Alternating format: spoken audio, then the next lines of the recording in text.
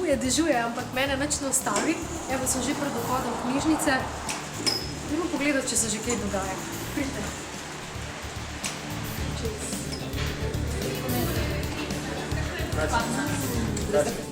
Lepo pozdravljeni na prvi eko sceni Eko modnem eventu.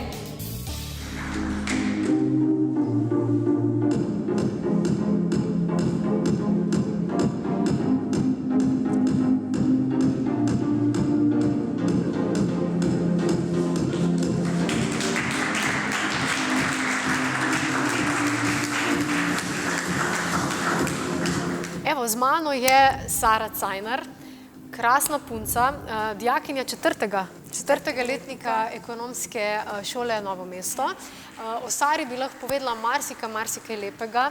Rekla bom samo to, da je ona prava humanistka, prostovoljka, tudi mlada podjetnica, vem, da si, je polna idej. Kar me pa najbolj navdušuje pri njej, je pa to, da se zaveda, kako pomembno je pomagati drug drugemu, torej pomagati ljudem, pa tudi naravi.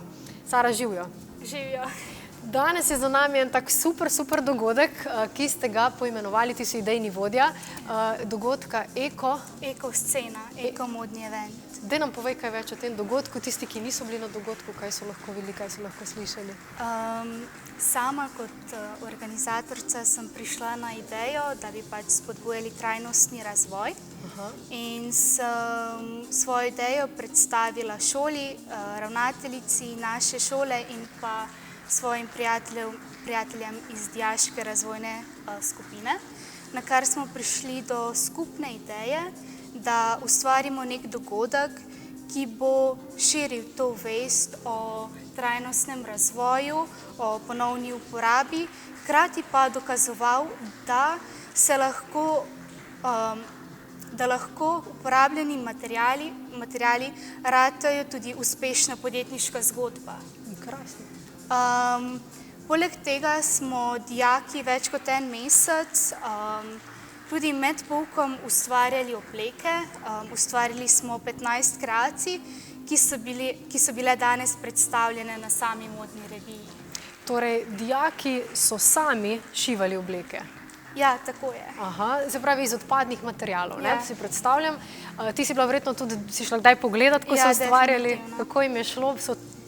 Vsem je šlo, no? So bili ustvarjalni? Ja, jim je šlo. Moram priznati, da nisem pričakovala tega, da bojo imeli toliko idej in da bojo delali s tako voljo, kot so. In res sem vesela, da sem imela tako ekipo. Si pa tudi s prijateljicami, če se ne motim, ustanovila eno dijaško podjetje? Ja, to smo ga ustanovile lansko leto. Ustanovile smo dijaško podjetje Plamen.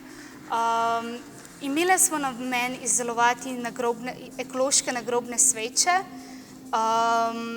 Za idejo smo dobile tudi strani Spirita 500 evrov nagrade. Bile smo prve na tekmovanju na Novomeški univerzi.